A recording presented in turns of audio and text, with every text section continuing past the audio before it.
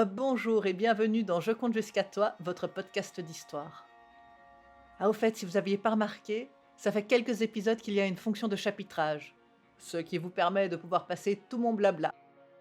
Alors, si vous avez un fond méchant et que vous l'utilisez pour me zapper, surtout, dites bien merci à Podchapter, parce que c'est le petit programme qui me permet de le faire ultra facilement.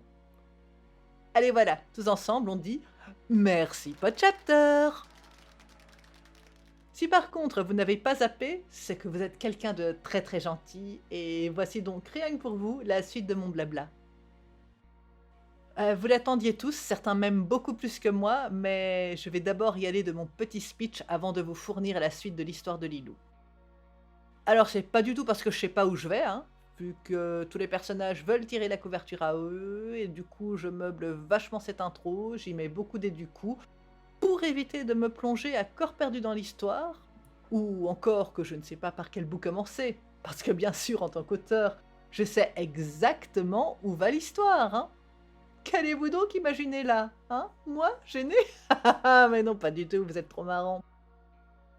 Non, mais sinon, vous êtes vraiment sûr de vouloir la suite de Lilou?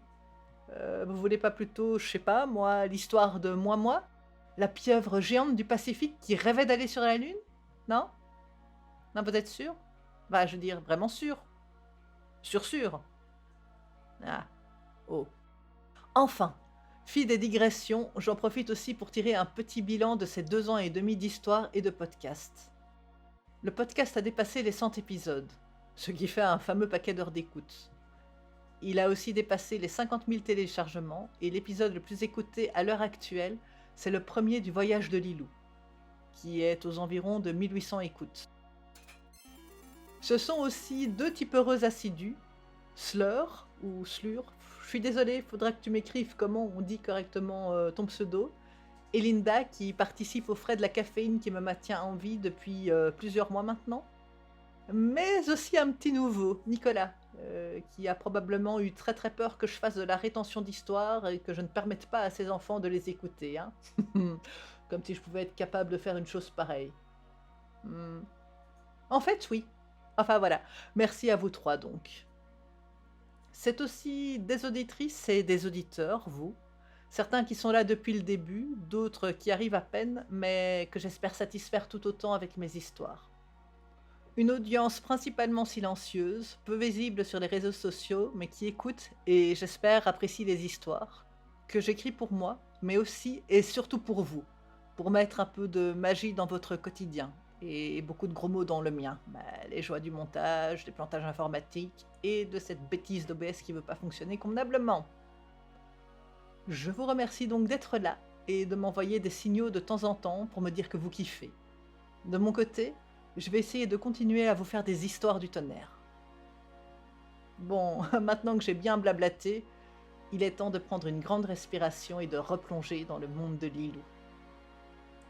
Et si vous voulez vous remettre dans l'histoire avant le grand saut, je ne peux que vous conseiller d'écouter le résumé des 2 saisons précédentes, l'épisode juste avant celui-ci, ou même de réécouter les 2 saisons précédentes. Allez, on y va? Place maintenant à la suite du voyage de Lilou. Mogiane est assise devant le miroir d'eau. Elle passe doucement sa main sur l'onde. Elle regarde le liquide se troubler, lui réveiller le soleil couchant, un chemin en pente douce, et Lilou maintenant ado qui avance sur le chemin vers le château, accompagnée de Barbotte et de Takou. Elle les observe et réfléchit. Dans sa main, il y a une petite bourse en cuir, toute rebondie, remplie de poudre. Une poudre dorée, avec une odeur assez épicée. Une poudre que le sorcier lui a donnée. Il y a déjà beaucoup trop d'années pour qu'elle ne puisse en faire le compte. Une poudre qui ne disparaît jamais et qui réapparaît comme par magie dans le petit sac une fois utilisée. Une poudre qu'elle mettait tous les soirs dans la boisson du prince. Elle en verse un peu dans la paume de sa main, la regarde songeuse. Elle joue avec en la faisant rouler entre ses doigts. Puis, Mogiane retient sa respiration et, avec précaution, en prend quelques pincées qu'elle met bien à l'abri, dans un petit sac rouge sang, qu'elle ferme hermétiquement. Elle l'attache avec un lien en cuir autour de son cou, puis le met dans son décolleté, caché par sa robe verte. Ensuite, elle prend une grande respiration, la bloque, prend la bourse en cuir, l'ouvre tout grand et la retourne dans le miroir d'eau. Elle regarde la poudre descendre lentement, paresseusement. Elle crépite en touchant l'eau. L'image de Lilou avançant sur le sentier se trouble avant de s'effacer peu à peu et disparaît totalement de la surface du miroir, tandis que le petit sac de cuir semble se dissoudre en descendant dans l'eau qui devient noire, un noir profond qui semble absorber la lumière de la pièce. Elle semble aussi plus visqueuse. Une grosse rafale de vent, un coup de tonnerre retentit, faisant tout trembler dans la petite pièce cachée dans les entrailles du château. Un cri à glacer les sangs retentit. Les torches s'éteignent, l'eau déborde du puits en glougloutant, se met à couler sur le sol.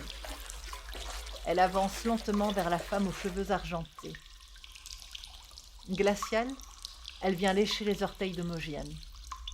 L'eau continue à s'écouler du miroir d'eau. Elle remonte par les parois du puits et monte doucement à l'assaut des chevilles de la femme, dans un noir d'encre. À tâtons, Mogiane se dirige vers l'entrée de la grotte. L'eau noire, tel un tentacule qui la poursuit, lentement, et semble coller à chacun de ses pas.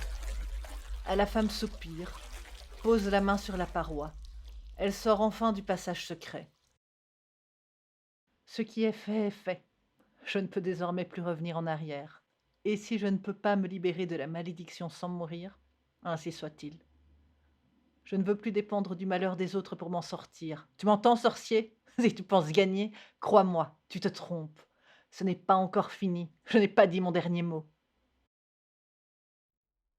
Ailleurs, dans une autre dimension, un homme aux cheveux gris acier, une balafre en travers du visage, regarde son propre miroir d'eau. Un sourire dur sur le visage. Alors comme ça, tu crois pouvoir m'échapper? Très bien. Mon sortilège, ta malédiction, ne me permet peut-être pas de me déplacer jusqu'à toi, pour le moment. Mais voyons voir comment tu te débrouilles.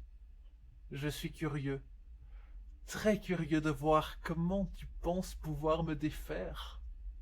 Les jambes croisées, le regard amusé, il porte une coupe de vin à ses lèvres et en boit une gorgée. Il frôle la surface de l'eau du bout des doigts. L'image de Mogiane se trouble et disparaît. Le prince dort profondément. Un long gémissement s'échappe de sa gorge. Dans son lit, les draps sont froissés et une sueur glacée coule le long de ses tempes. Ses mains se crispent sur les couvertures. Il se réveille brusquement, s'assied sur le lit et tend le bras, comme pour attraper quelqu'un. Un cri s'échappe de ses lèvres. « Attends !» Son cœur bat la chamade, sa respiration est rapide. Il se frotte les yeux, les ouvre, il n'a plus sommeil.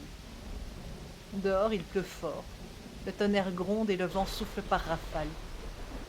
Il sent une chair de poule glacée remonter le long de son corps. Il se lève, allume une bougie et va jusqu'à la fenêtre. Là, il ouvre les volets et laisse le vent et la pluie de cet orage d'été lui fouetter le visage. Il ne se souvient pas de son rêve, mais il sait que c'est important. Alors, il scrute la nuit en essayant de se rappeler. En vain.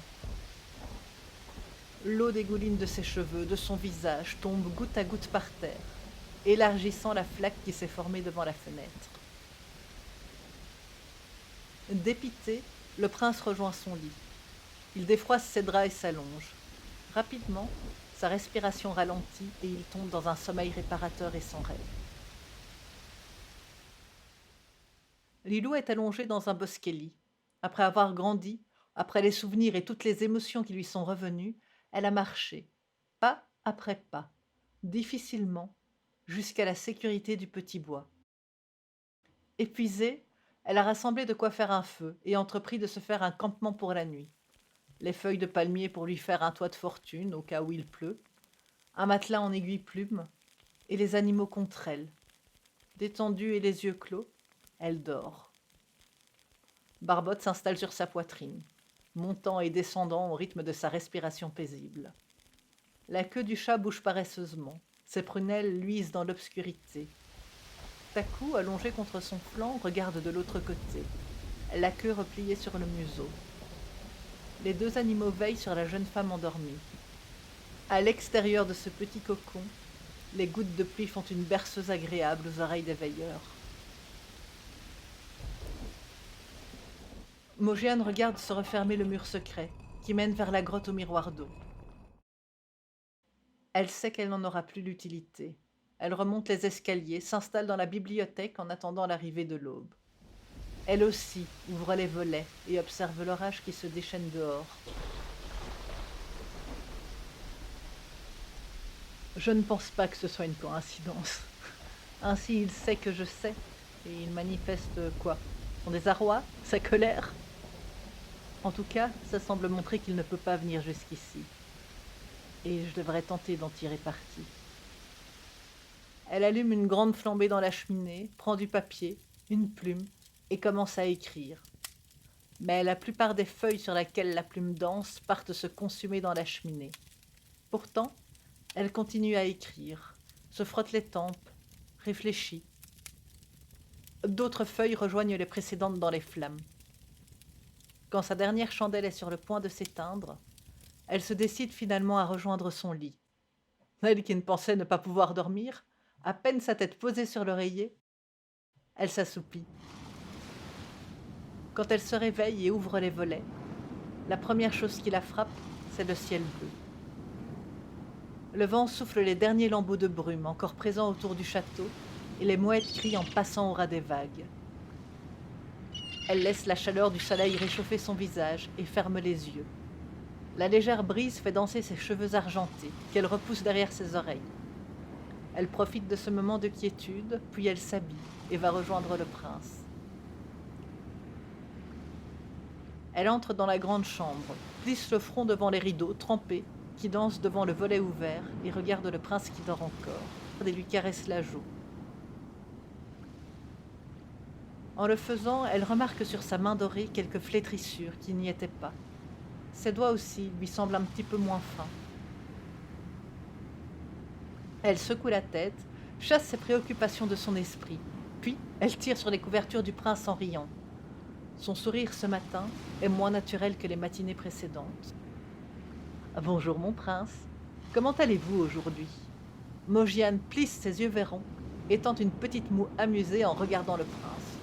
Mojiane, ce n'est pas drôle. Allez, rends-moi mes couvertures, il est encore super tôt là. Mon prince, comme tous les jours ou presque, il est 10 heures. Vous devriez être levé depuis longtemps. Mojiane, tu exagères. Je ne suis pas un gros paresseux quand même. À vous de me le dire, mon prince. Il est 10 heures passées, mais vous n'êtes toujours pas levé.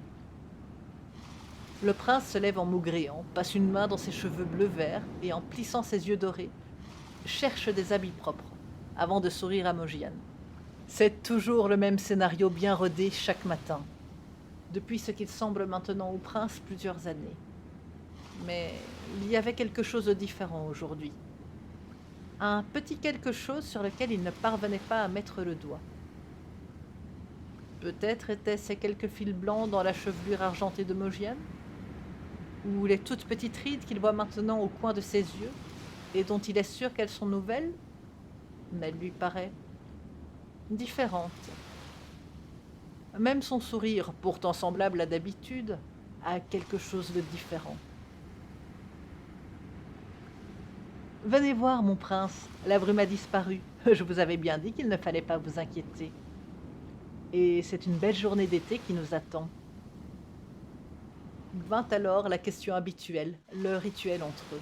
« Dites-moi, mon prince, votre prénom vous est-il revenu ?»« Non, toujours pas, Mojiane, je suis désolé. » »« Ne le soyez pas.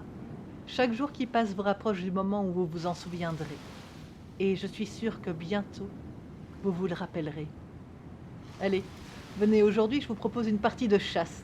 Comme la brume s'est levée, ce serait dommage de ne pas en profiter. Je vous attendrai à l'écurie. »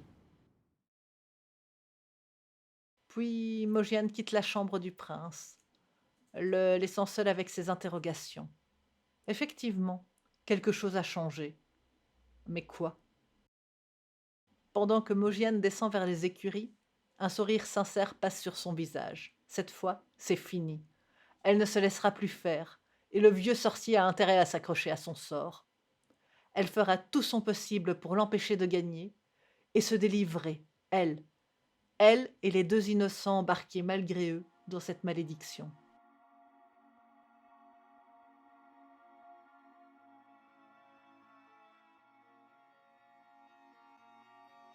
Si vous avez aimé cette histoire, n'hésitez pas à la partager, à commenter ou à en parler autour de vous. C'est très important pour moi parce que ça me permet de me faire écouter par de plus en plus de personnes et au final, c'est ce que je vise. Vous pouvez me retrouver sur Twitter, @loliconte, sur toutes les applications de podcast en cherchant simplement Je compte jusqu'à toi, ou sur mon site lendewell.com/histoire. Histoire avec un S au bout. Merci beaucoup et à bientôt!